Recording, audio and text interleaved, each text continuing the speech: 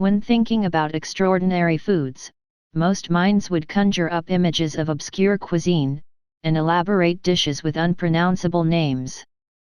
However, remarkable secrets lie hidden in foods we eat on a daily basis, with fascinating scientific explanations behind them.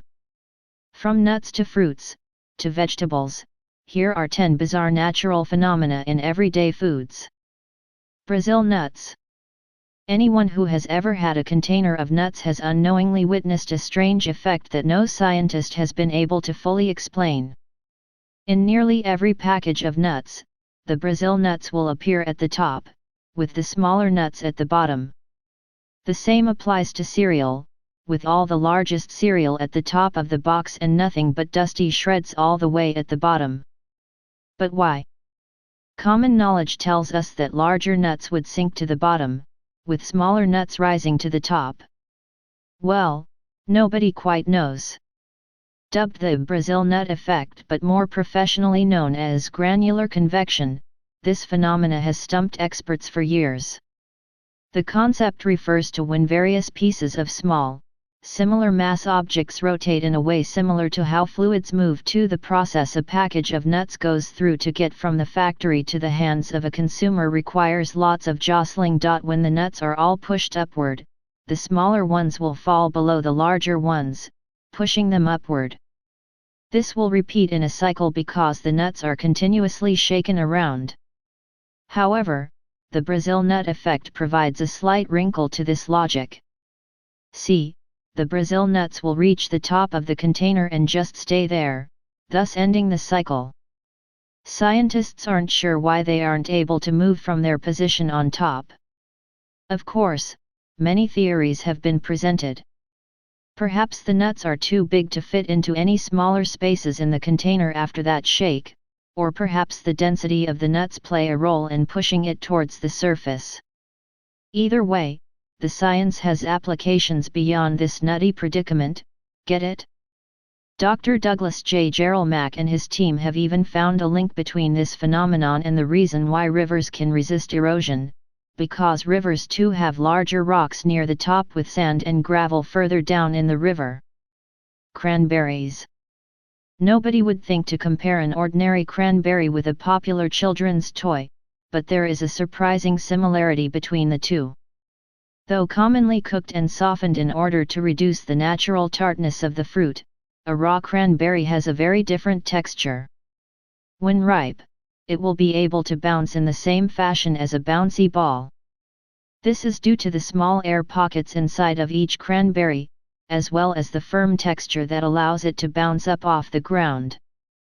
In fact, cranberry farmers even use this as a ripeness test for their berries. It is common for berry farmers to bounce each cranberry over a wooden barrier, where the berries that clear the barrier will go into circulation, while the ones that don't, go into separate bins to become juice.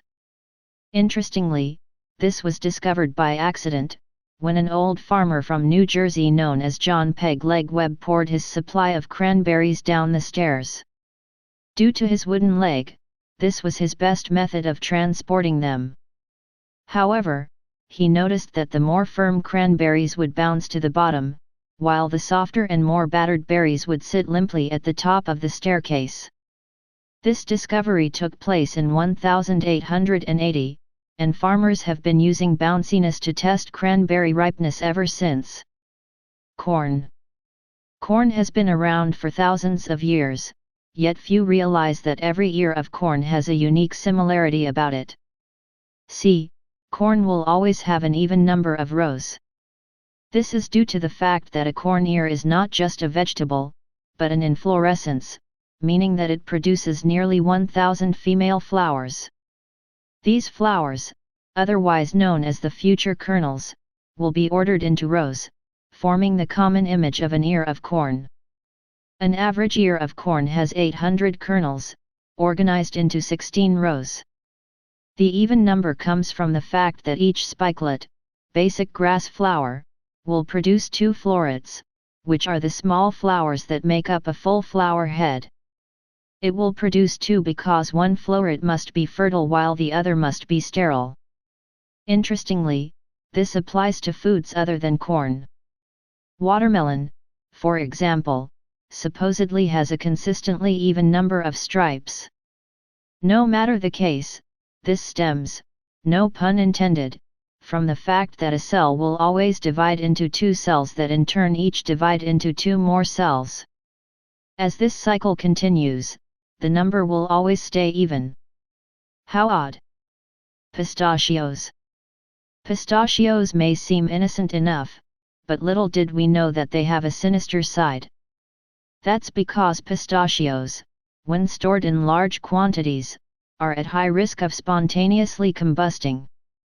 It is a known fact that fat burns very easily, and each pistachio nut is nearly 50% fat.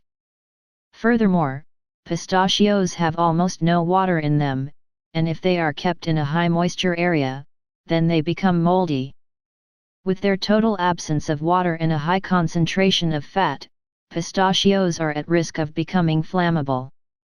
This risk turns into reality when pistachios are packed close together in large amounts, as the oils of the nuts can heat themselves up, causing them to burst into flames. Because they can self-heat, this pistachio-fueled nightmare can occur with no warning, with no human contact. This has led to many strict guidelines as to how pistachios are shipped, as most of the world pistachio production comes from the Middle East. This means that ships are required for transport, and nobody wants to see a boat burn down from improperly packaged nuts. Nutmeg. Nutmeg is a spice most commonly used around the holidays, as a sweet garnish to drinks or an ingredient in desserts. However, just like the pistachio, there is a dark secret behind this festive spice. This is because nutmeg is really a hallucinogen, capable of causing powerful highs and unpleasant side effects. Sudden bursts of panic, trouble urinating, and constantly dry mouth are just a few consequences of the hallucinogenic trip. Nutmeg itself is actually a seed, and it contains a compound known as myristicin. Myristicin is used in many drugs that are used to affect mental state, and it is the reason why nutmeg produces hallucinogenic effects. Though this may shock all of us, it wouldn't have surprised anyone in 12th century Europe. Back then, it was considered a drug rather than a garnish, and people would use it frequently in order to induce hallucinations. It is even believed that famous physician Nostradamus ingested nutmeg in order to gain visions that led to his scientific discoveries. Nutmeg remained a popular drug for years to come, but somewhere along the way its status shifted into the innocent spice we know it as today. Mushrooms. There is often a fine line between a food being undercooked, overcooked, or cooked to perfection. Luckily, for those of us who can't easily navigate this line, there is one risk-free ingredient that we can use: the mushroom. You see, it is close to impossible to overcook a mushroom because their cell walls have a different molecular structure than that of meat or vegetables. While the cell walls in meat and vegetables contain protein and pectin respectively, the mushroom contains a polymer called chitin. Chitin is extremely heat-stable, which means that when it is cooked, the heat has little effect on the molecular structure of the mushroom. This is different than meats and other veggies, because heat causes proteins in the meat to tense up, causing overcooked meat to be chewy, and it causes pectins in vegetable cells to break down, resulting in a mushy clump of green. In an attempt to scientifically prove this phenomenon, Dan Souza, the executive editor of America's Test Kitchen, put mushrooms to the test once and for all. Souza took a mushroom, a piece of zucchini, and a hunk of beef tenderloin, and steamed them all for 40 minutes. Every 5 minutes he put each item through a texture analysis that calculated the amount of force that would be required to bite into the said item. Not very surprisingly, the mushroom outperformed its competitors by remaining within 100 grams of force to bite into throughout the whole testing period. In comparison, the tenderloin shot up 500 grams of force and the zucchini went down almost 200. In other words, the mushroom remained texturally consistent while the tenderloin became tough and the zucchini became limp and chewy. Chili peppers. With a quarter of the world's population eating chili peppers on a daily basis, it is clear that many people enjoy the jolt of spiciness that has become the trademark of these peppers.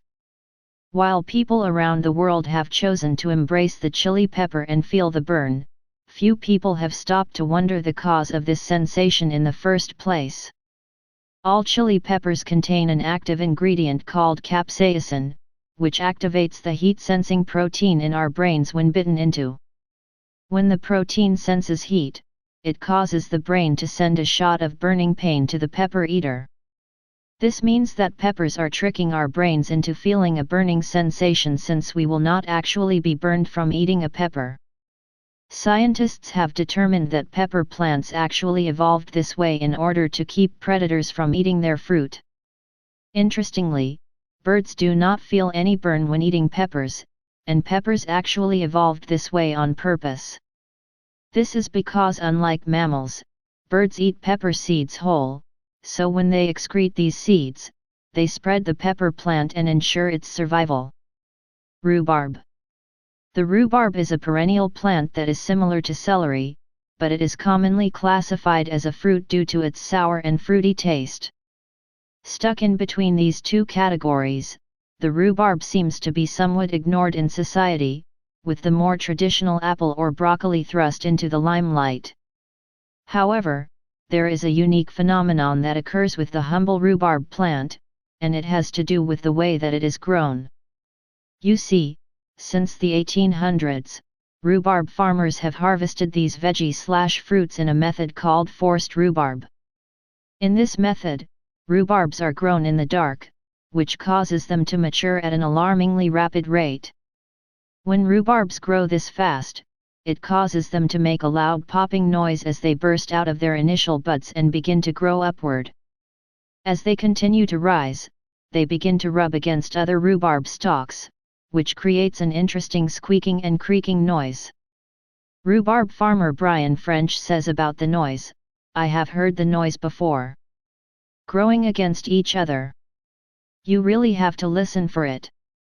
The reason behind this musical method of rhubarb growing is that the dark room makes rhubarb plants unable to photosynthesize, which results in a less stringy and more tender rhubarb. You can listen to the sound of rhubarb growing here. Cashews.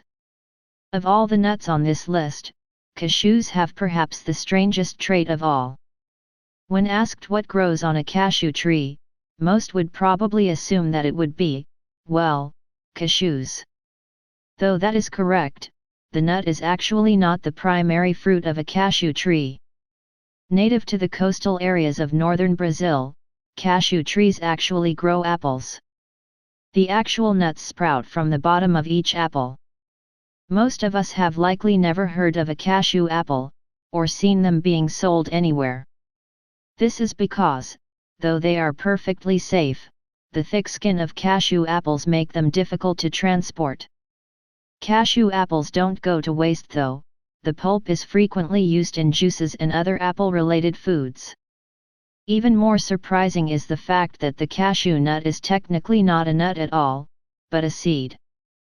The cashew seed is covered by many highly toxic layers in order to scare animals away. Don't panic, though, because only the shell is toxic.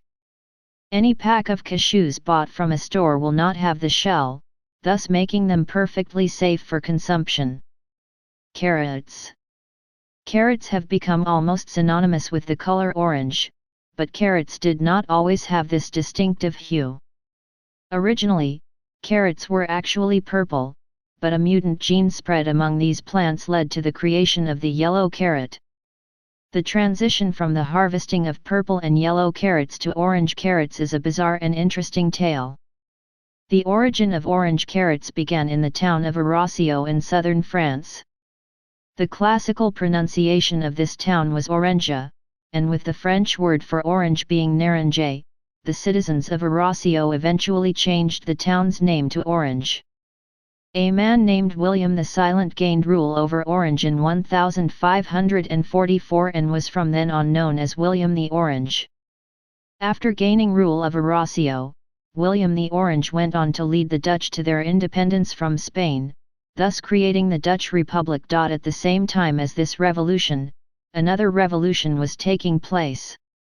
A carrot revolution.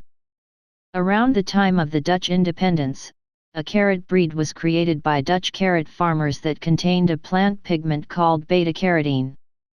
This pigment caused an orange color in the carrot, and the Danish people began mass-producing it in honor of their hero William the Orange. It got to the point where the other colors of carrots became no longer convenient to grow, which led us to the orange carrot that we know and love.